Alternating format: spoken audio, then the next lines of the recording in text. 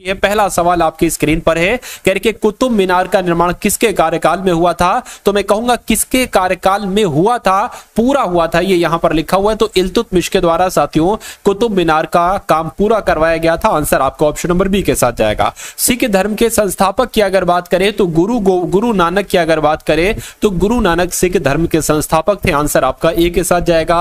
किस बादशाह ने फतेहपुर सीकरी बनाई थी? तो मैं कहूंगा साथियों अकबर ने साथियों बनवाई थी, इसलिए राइट आंसर आपका ऑप्शन नंबर ए हो जाएगा। उसके बाद देखिए बहुत तेजी के साथ साथियों ये 100 के 100 प्रश्न आपके सामने से गुजरेंगे। कह रहे कि एक शक्ति के रूप में मराठों को किसने संगठित किया? तो शिवाजी के द्वारा साथियों एक शक्ति के रूप में मराठों को संगठित किया गया। अगला देखिए निम्नलिखित शासकों में से कौन सा शासक अपनी बुद्धिमत्ता और पागलपन के लिए प्रसिद्ध है? तो यहां पर मोहम्मद बिन तुगलक अगर आपका जवाब है तो मैं कहूंगा आपका जवाब बिल्कुल करेक्ट है, क्योंकि साथियों मोहम्मद बिन तुगलक को रक्त पिपासु कहा जाता है और ये अपनी बुद्धिमत्ता एवं पागलपन के लिए जाना जाता है। अंग्रेजी साम्राज्य की नींव किस युद्ध से पड़ी थी? तो किस युद्ध से पड़ी थी साथियों अगर आपसे पूछा जाए तो बक्सर के युद्ध से पड़ी थी, आपको मालूम होना चाहिए। उसके बाद देखिए साथियों बनारस हिंदू विश्वविद्यालय के संस्थापक कौन थे? तो मैं कहूंगा पंडित मदन मोहन मालवीय ही बनारस हिंदू विश्वविद्यालय के संस्थापक थे। आंसर आपका जाएगा ऑप्शन नंबर ए के साथ। अगला देखिए आपकी स्क्रीन पर है,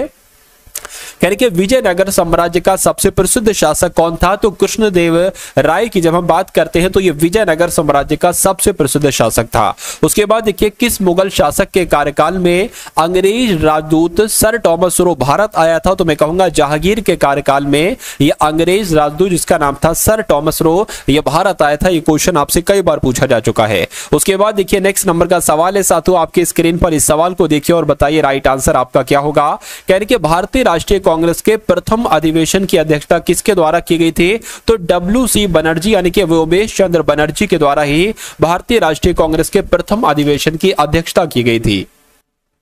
उसके बाद देखिए अगला सवाल है 1907 में भारतीय राष्ट्रीय कांग्रेस का प्रथम जो विभाजन हुआ था साथियों एक तरीके से किस अधिवेशन? देखिए 1907 में जो भारतीय राष्ट्रीय कांग्रेस का एक तरीके से अधिवेशन हुआ था ये सूरत में हुआ था और यहीं पर कांग्रेस का प्रथम विभाजन हुआ था, ये आपको मालूम होना चाहिए। अगला देखिए कह रहे कि गदर पार्टी के संस्थापक कौन थे? तो गदर पार्टी के संस्थापक कौन थे साथियों फटाफट यहां पर मुझे बताइए। तो लाला हरदयाल ही गदर पार्टी के संस्थापक थे।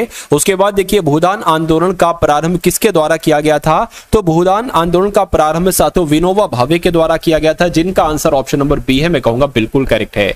दिल्ली चलो का नारा साथियों किसके द्वारा? दिल्ली चलो का नारा की अगर बात करें किसके द्वारा दिया गया था? तो ये सुभाष चंद्र बोस के द्वारा दिया गया था। उसके बाद देखिए कांग्रेस से अलग होकर फॉरवर्ड ब्लॉक का स्थापना साथियों किसने की थी? सुभाष चंद्र बोस के द्वारा ही फॉरवर्ड ब्लॉक का गठन किया गया था, इसकी स्थापना की गई थी। भारतीय राष्ट्रीय कांग्रेस की प्रथम महिला अध्यक्ष साथियों कौन थी? तो इनका नाम एनी बेसेंट थी। इनका नाम एनी बेसेंट है और यह भारतीय राष्ट्रीय कांग्रेस की पहली महिला अध्यक्ष कहलाई। अगला सवाल है गांधी जी निम्नलिखित में से किसे अपना राजनीतिक गुरु मानते थे? बताइए। तो गांधी जी साथियों गोपाल कृष्ण गोखले को अपना राजनीतिक गुरु मानते थे।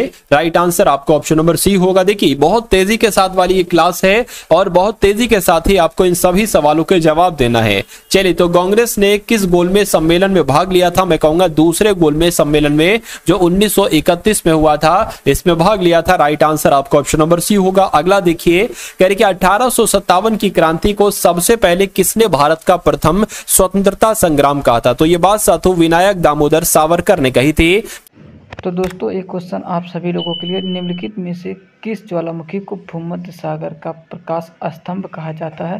तो इसका कौन सा आंसर सही होगा कमेंट बॉक्स में जरूर बताएं।